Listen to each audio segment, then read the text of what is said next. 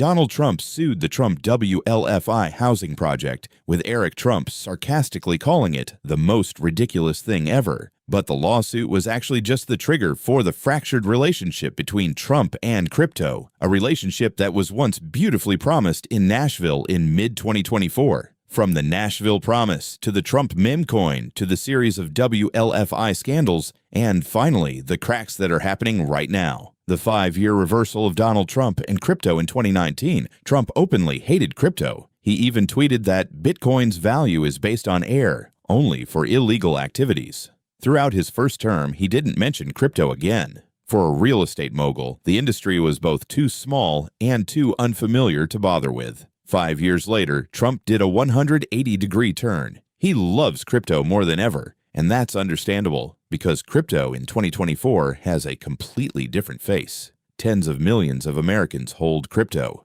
Bitcoin ETFs have officially gone public, and giants like Coinbase, Ripple, and A16Z have pumped $245 million into Trump's campaign fund, accounting for nearly half of the total U.S. corporate spending on the race that year. The crypto community is both large and wealthy, and is also extremely dissatisfied with the repressive policies under Biden, with a series of lawsuits targeting crypto.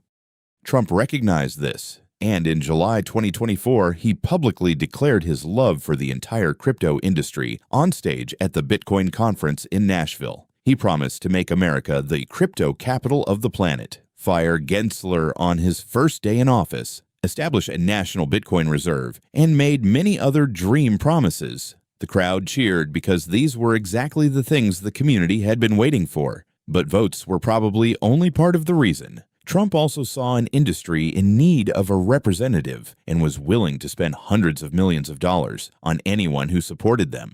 Love blossomed with Memecoin, and Trump didn't keep the community waiting long. On January 17, 2025, 3 days before his inauguration, Trump launched his own Memecoin on Solana. The entire crypto world rushed to buy it, pushing the price from less than $1 to nearly $75, with a market capitalization exceeding $13 billion in just 2 days.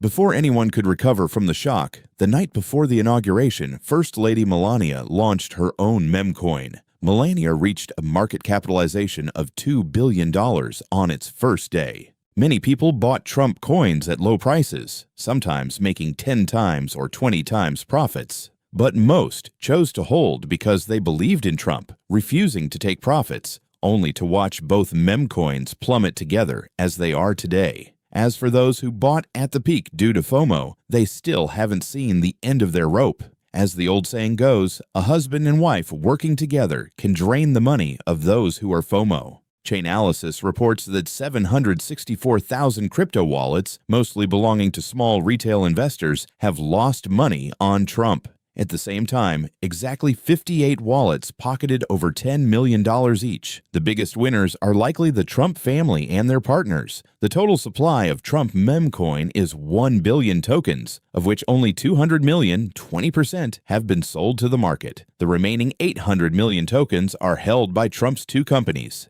CIC Digital and Fight, to be unlocked gradually over 3 years. And even without selling any tokens, the Trump family and their partners have already made a fortune, approximately $320 million in transaction fees, since its launch.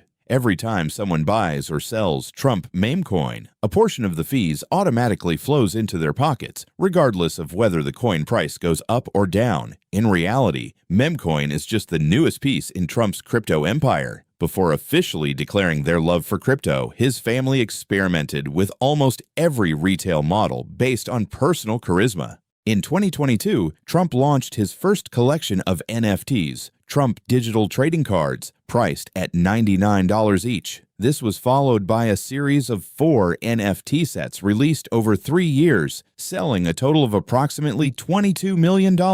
Even more impressively, Trump's CIC Digital still collects a 10% royalty fee each time someone resells an NFT on the secondary market. For the first 2 sets alone, secondary market trading volume has already exceeded $65 million by early 2025. Millions more dollars are flowing in without any further action needed. Memecoin Trump, launched in January 2025, is essentially just an upgraded version of Trump's money-making formula. NFTs charge fees when transactions are made, and Memecoin does the same. But Memecoin is not limited in supply like NFTs, has higher liquidity, and can be traded 24/7. WLFI, the Trump family's most controversial money-making machine. Back in October 2024, right in the middle of the election campaign, the World Liberty Financial Project launched the sale of WLFI tokens. The Trump family was explicitly listed as co-founders on the homepage. Seeing this, the community poured money into buying them, believing that Trump would win the election.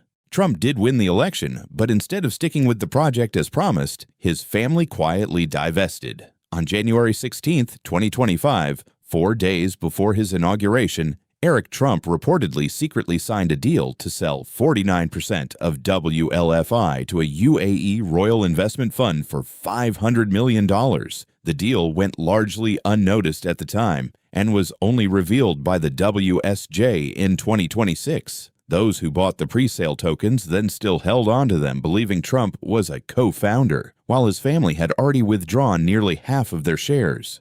Throughout 2025, WLFI was relatively quiet. Then on September 1, 2025, the project officially launched the WLFI token. Immediately, 20% of the tokens were unlocked for all pre-sale investors from both previous sales rounds. Many who bought in the first round at $0.015 made a profit of approximately 3 to 4 times their initial investment, based solely on this unlocked portion. Those who bought in the second round at 5 cents USD made a profit equivalent to 12% of their initial investment. Everything went smoothly up to this point, but from the beginning of 2026, things started to go downhill. On April 9, 2026, on-chain analysts discovered that WLFI had pledged 5 billion tokens on Dolomite, a DeFi lending protocol, to borrow $75 million in stablecoins, approximately 55% of Dolomite's liquidity at the time, and then transferred them directly to Coinbase. The crypto community immediately realized this could be a disguised dump, because if the project sold $500 million worth of WLFI tokens directly to the market, it would be discovered and negatively impact the price. By pledging them on Dolomite, they received real cash, and there was no selling pressure on the tokens. If the price of WLFI fell and the position was liquidated, it would mean exchanging illiquid tokens for stablecoins, shifting all the risk to those who deposited money into Dolomite. The situation became even more ambiguous when the community discovered that Corey Kaplan, co-founder of Dolomite, was also the CTO of WLFI. It turned out the project borrowed from a protocol co-founded by one of its own people. The drama reached its peak on April 12th. Justin Sun, the top WLFI holder who had invested $75 million in the project, unexpectedly accused the project of installing backdoors in smart contracts to control tokens, allowing them to freeze his wallet at any time without reason, and claimed the project froze 500 million WLFI. WLFI responded, calling Sun the best at playing the victim, fabricating accusations to cover up his own wrongdoing, and threatening a court case. On April 17th, the WLFI team proposed locking all presale tokens for another 4 years. Those who disagreed would have their tokens permanently locked. The community almost exploded, reacting immediately. WLFI plummeted to a low of $0.077, a 76% drop from its peak, with its market capitalization falling to approximately $2.5 billion.